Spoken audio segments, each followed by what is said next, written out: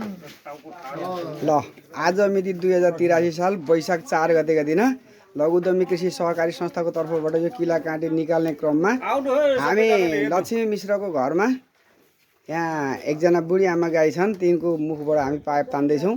अब हेरौँ यहाँ के छ, यहाँहरूलाई जानकारी गराउनेछौँ, देखाउने नै छौँ।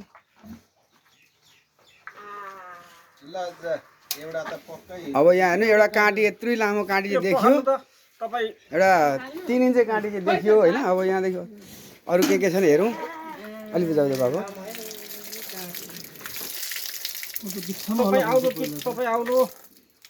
ल यहाँ हेर्नुहोस्, सबैजनाले हेर्नु। लक्ष्मी मिस हात थाप्नु त। एउटा 2.5 इन्च काँटी हातमा यसरी राख्नु न। एउटा 2.5 इन्च काँटी भेटाइयो। उहाँ हेर्नु, देख्दै हुन्छ नि यहाँ काँटी। अरू फलामका झुरा रहेछ निकै, एउटा फलामको मिलबाट आएको होला। तिनको काँटी थम्पिन पनि रहेछ एउटा, सबै मिलको।